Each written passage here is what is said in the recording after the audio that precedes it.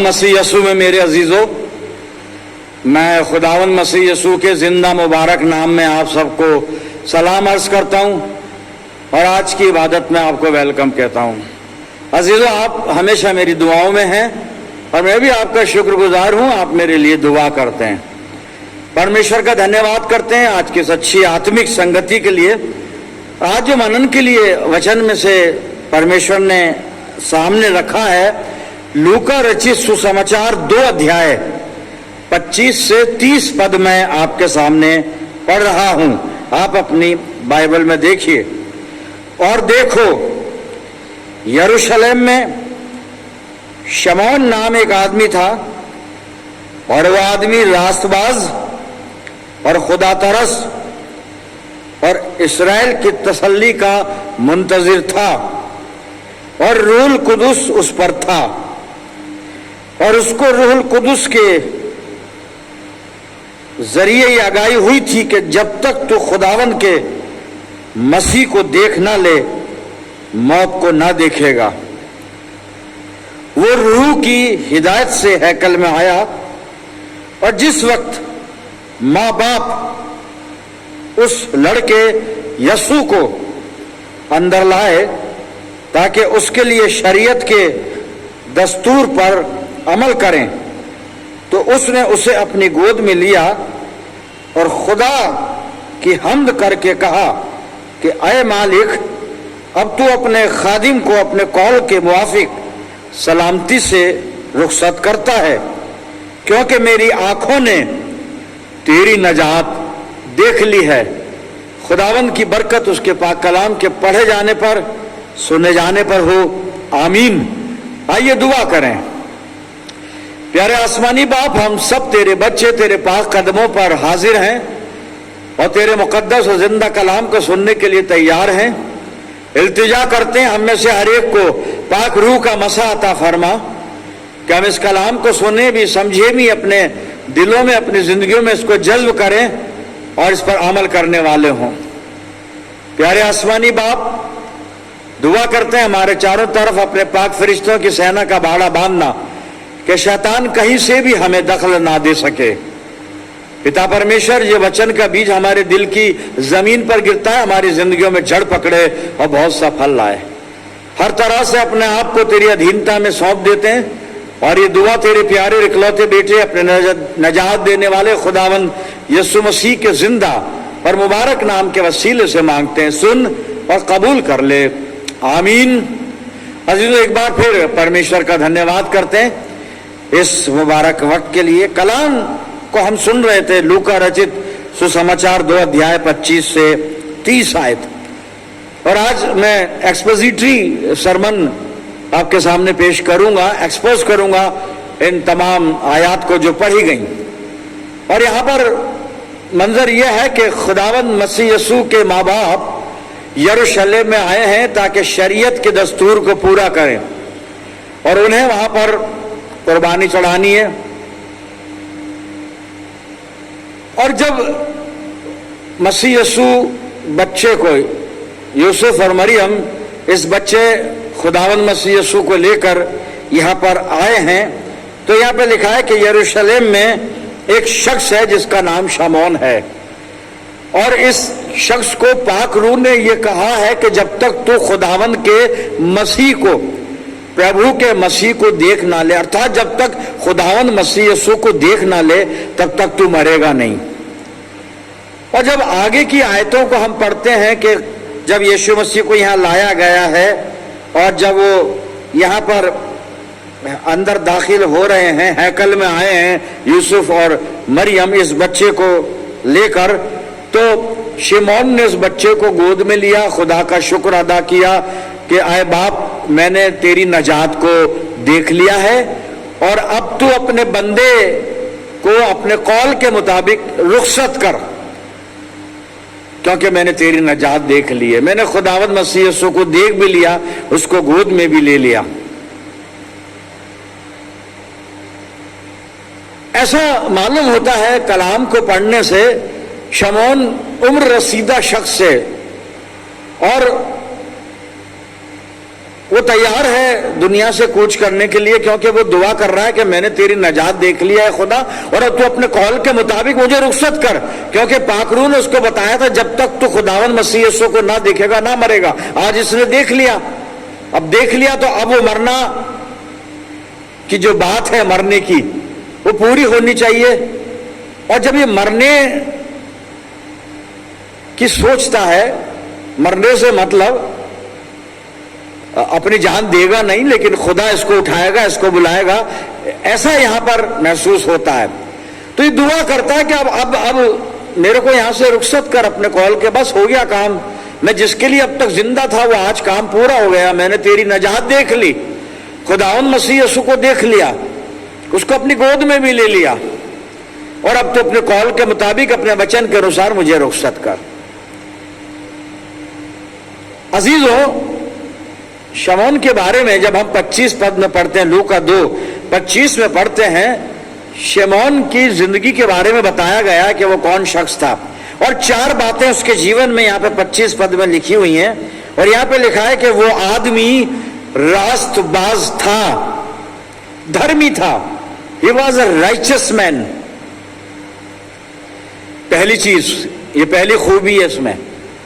दूसरा फिर लिखा है खुदा तरस आदमी था, भक्त था, he was devote person, devotee था, भक्त था, ये दूसरी खूबी है उसमें। तीसरी बात उसके लिए इसी 25 पद में 4 बातें आएंगी, वहां लिखा है कि वो इस्राएल की शांति की प्रतीक्षा कर रहा था, उसकी बाट जोड़ रहा था, इस्राएल की तसल्ली का वो मुंतजिर था। इतना अच्छा आदमी था कि पूरे इस्राएल के लिए वो एक भली बात सोचता है, अच्छी बात सोचता है, अपनी कौम के लिए, अपने कम्युनिटी के लिए अच्छा सोचने वाला व्यक्ति है। उसके लिए वो दुआ करता है कि यहाँ पे कुशलता हो जाए, शांति हो जाए, मेल मिलाप हो जाए, अच्छा माहौल हो जाए इस्राएल के अंदर, इस्राएल कौम के अंदर। और चौथी बात, बहुत ही इंपॉर्टेंट बात लिखी हुई है, पाक रूह उसके ऊपर था, पवित्र आत्मा उसके ऊपर था। पवित्र आत्मा है साहब इसके ऊपर, होली स्पिरिट इसकी जिंदगी में मौजूद है साहब। 4 बातें हैं, ये व्यक्ति धर्मी है। भाई यही तो देखा जाता है कि धर्मी व्यक्ति हो साहब, बहुत अच्छा है, धर्मी है, भक्त, भक्ति भी करता है, भक्ति भी करता है, डिवोशन भी करता है, भक्त आदमी है साहब, बहुत अच्छा आदमी है। तीसरी बात, इस्राएल की शांति का मुंतजिर है, बाट जोड़ा है, दूसरों का भला चाहने वाला व्यक्ति, एक नेक आदमी है, कितनी अच्छी बात है। और चौथी खूबी जो बाइबल इसमें बता रही है, पाक रूह इसके ऊपर है, पवित्र आत्मा इसके ऊपर है। अब बताइए साहब, ऐसे व्यक्ति को क्या कमी है? अब उसकी राइचसनेस में क्या कमी है, उसकी भक्ति में क्या कमी है, उसकी पवित्रता में क्या कमी है? एक गॉड फेयरिंग पर्सन है, ये परमेश्वर का जन है, इसके आत्मिक जीवन में क्या कमी है? ये 4 बातें बड़ी विशेष बातें हैं जो अक्सर हम खोजते हैं, लोगों में देखना चाहते हैं। और ऐसा भी है कि लोग ये बातें दिखाना भी चाहते हैं, अपने आप को धर्मी बताना चाहते हैं, अपने आप को भक्त शो करना चाहते हैं, अपने आप को दूसरों का खैर ख्वाह, दूसरों की भलाई चाहने वाला शो करते हैं, दिखाते हैं, चाहे हो ना हो दिखाते हैं, ऐसी परफॉर्मेंस रखते हैं लोगों के सामने। चौथी बात इसके लिए कि पाक रूह इस पर था। लोग बताते हैं होली स्पिरिट हमारे अंदर है, होली स्पिरिट की बातें करते हैं, अक्सर कहते हैं मुझे होली स्पिरिट ने कहा, मुझे होली स्पिरिट ने कहा। मेरे पास बहुत सारी चीजें, बहुत सारी बातें आपके साथ शेयर करने के लिए होती हैं, पर मुझे थोड़ा सा दायरे में रहना पड़ता है क्योंकि हम YouTube पर हैं और गैर मसीह भी इसको सुनते हैं, तो मुझे बहुत सी हकीकतों को मुझे रोक देना पड़ता है अपने अंदर। चाहता तो हूं कि आपको मैं समझाऊं, बताऊं, लेकिन आप समझ गए सारी बात। तो इतना अच्छा शख्स होते हुए भी अभी इसकी जिंदगी में कुछ कमी है। खुदा कह रहा भाई कमी है, भी तो दुनिया से नहीं जाएगा, एक काम और करना, वो जब तक ना करे जब तक तू मरेगा नहीं, तुझे जिंदा रहना पड़ेगा। और वो काम ये है कि तुझको खुदा की नजात को देखना है, खुदावंद मसीह यीशु को देखना है तुझको। अजीजों, बहुत अच्छी बातें हैं इसमें, 4 बातें पाक रूह तक इसके साथ है, फिर भी इसकी जिंदगी में कुछ कमी है, कुछ कमी है इसकी जिंदगी में। और वो कमी जब पूरी हो जाएगी तो ये कहेगा कि खुदा अपने कॉल के मुताबिक मुझे अपने पास बुला, मुझे रुखसत कर, बस हो गया वक्त मेरे कूच करने का, मेरे जाने का। क्योंकि सबसे मुबारक बात, मेरी जिंदगी में जो एक वाक्य होनी थी, जो एक घटना होनी थी, वो हो चुकी, और वो ये कि मैंने तेरे उद्धार को देख लिया, अर्थात प्रभु यीशु मसीह को देख लिया। अजीजों, हम कितने भी भक्त हो, कितने भी धर्मी हो, कितने भी नेक इंसान हो, हम कितनी भी भलाई करते हो, हम कितने भी अच्छे अच्छे काम करते हो, पवित्र आत्मा हमारे ऊपर हो, अगर जिंदगी में खुदावंद मसीह यीशु नहीं है तो कमी है कुछ। हो सकता है कि कोई सोच रहा होगा कि पाक रूह में और खुदावंद मसीह यीशु में क्या फर्क है क्या? हम तो ट्रिनिटी को मानते हैं, पिता पुत्र पवित्र आत्मा, जी तीनों एक हैं, पर एक होते हुए भी अलग इसलिए हैं कि खुदावंद मसीह यीशु अपने चेलों से कहता है मैं जाता हूं और तुम्हारे लिए एक मददगार भेजूंगा, अर्थात पवित्र आत्मा, सत्य का आत्मा, पाक रूह। Christ is our saviour, holy spirit is our helper.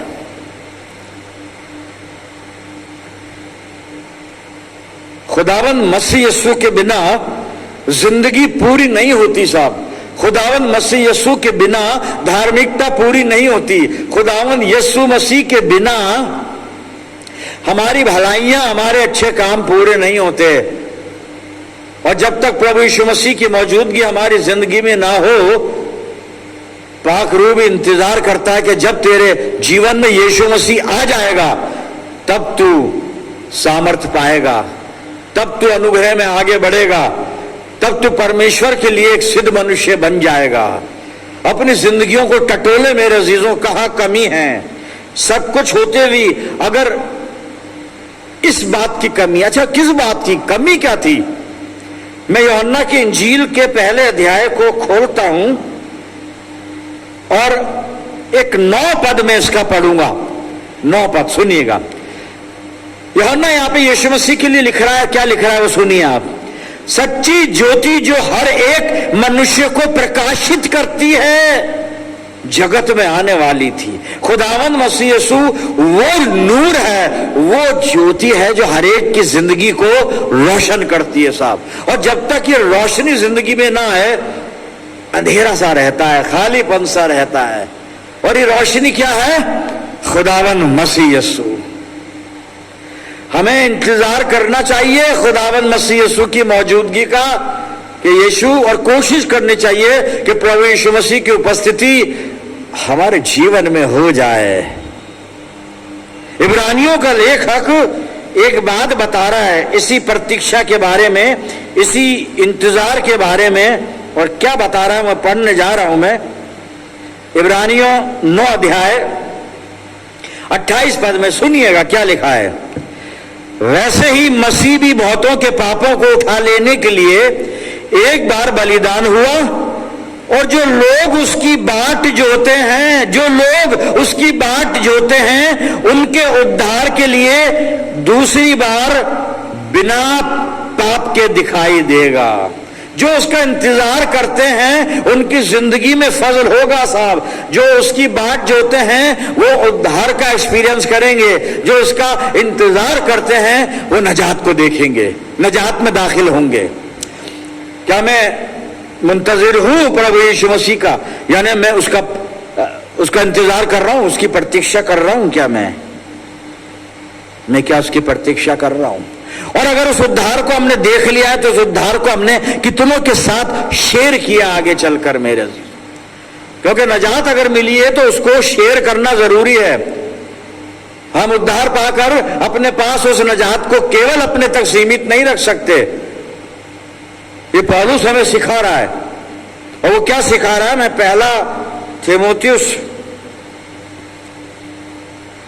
और 1 अध्याय खोलकर और इसमें से 16 पद पढ़ने जा रहा हूं कि अगर हमने उस उद्धार को देख लिया है शिमोन की तरह, तो आगे क्या करा? उस उद्धार का अपने तक ही रख लिया और खुद ही पादरी बन के घूम रहा हूं, खुद ही गाउन पहन के घूम रहा हूं। जिनके पास उद्धार नहीं पहुंचा उनके लिए क्या कर रहा हूं?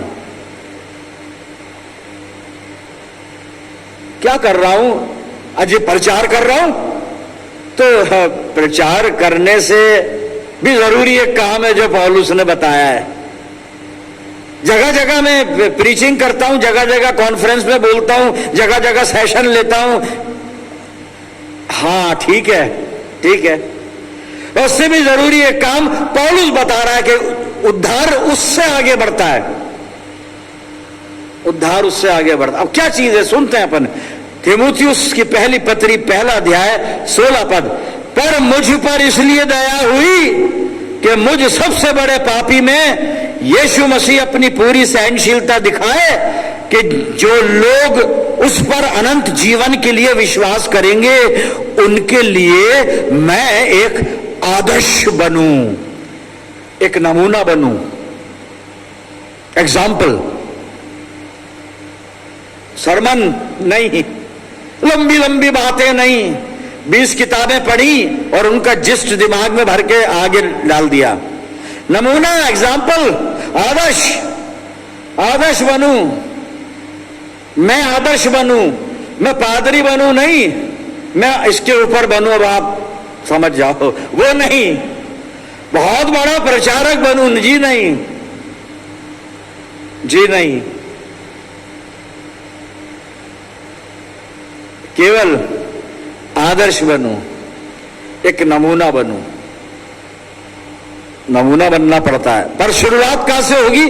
जब हम खुदावंद मसीह यीशु की उस नजात का तजुर्बा कर लेंगे जो शिमोन ने किया है। और वो तजुर्बा कब होगा? जब हम प्रभु यीशु मसीह की बाट जोते रहेंगे, इंतजार करते रहेंगे, इंतजार करते रहेंगे मेरे अजीजों। और इस इंतजार करने के लिए हमारी जिंदगी होनी चाहिए शिमोन की तरह। वहां पे लिखा है वो व्यक्ति धर्मी था, भक्त था, इस्राएल की शांति की बाट जोता था और पवित्र आत्मा उसके ऊपर था। ये सारी बातें हमारे अंदर होनी चाहिए। और ये कब होंगी, कैसे होंगी, बाइबल बताएगी। आखिरी उदाहरण पढ़ रहा हूं मैंने तीतुस की पत्री निकाली है और 2 अध्याय 11 से 14 पद। सुनिएगा, ये करना है हमें करना है। ये सारी बातें जो सुनकर आए हैं पूरी हो जाएंगी अजीजों। और हम भी परमेश्वर से कह सकेंगे मैंने तेरे उद्धार को देख लिया है। जी हां, मैं पढ़ रहा हूं फिर तीतुस की पत्री 2 अध्याय और 11 पद से और 14 पद तक। क्योंकि परमेश्वर का अनुग्रह प्रकट है जो सब मनुष्य के उद्धार का कारण है और हमें चिताता है कि हम अभक्ति और सांसारिक अभिलाषाओं से मन फेर कर, मन को फेरना होगा अभक्ति से और सांसारिक अभिलाषाओं से मन फेर कर इस युग में संयम और धर्म और भक्ति से जीवन बिताएं और उस धन्य आशा की अर्थात अपने महान परमेश्वर और उद्धारकर्ता यीशु मसीह की महिमा के प्रकट होने की बाट जोते रहें। आगे भी सुनिए 14 पद। जिसने अपने आप को हमारे लिए दे दिया कि हमें हर प्रकार के अधर्म से छुड़ा ले और शुद्ध करके अपने लिए एक ऐसी जाति, ऐसे लोग बना ले जो भले भले कामों में सरगर्म हो। ये करना है हमें, बस इतना कर लीजिए, प्रभु का अनुग्रह आपके ऊपर हो जाएगा। खुदा आपको बरकतें देना चाहता है अजीजों, आपको नजात में शामिल कर लेना चाहता है, आपको अनंत जीवन का वारिस बनाना चाहता है। ये करें जो कलाम ने हमें सिखाया है। आइए दुआ करें। पिता परमेश्वर, धन्यवाद करते हैं जिंदा मुबारक कलाम के लिए जो मसीह जिंदगी में जीने के तौर तरीके हमें सिखाता है। और आज जो कुछ भी हमें करने को कहा गया है इस वचन के द्वारा, उसको करने के लिए हम सबको समझ दे, बुद्धि दे, तौफीक दे, पवित्र आत्मा की अगुवाई दे खुदा बाप, कि हम अभक्ति से मन फेराएं, संसारिक अभिलाषाओं से मन फेराएं और अपने प्रभु यीशु मसीह के अनुग्रह की बाट जोहते रहें। हम सबको पाक रूह से मसाकर हम सब मिलकर पूरे आलम के लिए दुआएं खैर करते हैं। मैं दुआ करता हूं जितने अजीज इस वक्त दुआ में मेरे साथ हैं, इन सब अजीजों पर तेरी शफकत, रहमत और बरकत का साया हमेशा बना रहे। खुदावंद मसीह यीशु के जिंदा और मुबारक नाम में ये दुआ मांगते हैं, सुन और कबूल कर ले, आमीन। अब हमारे प्रभु यीशु मसीह का अनुग्रह, पिता परमेश्वर का प्रेम, पवित्र आत्मा की सहभागिता हम में से हर एक के साथ, समस्त विश्वासियों के साथ, हमारी सब कलीसियाओं के साथ अब से लेकर हमेशा तक होती रहे, आमीन।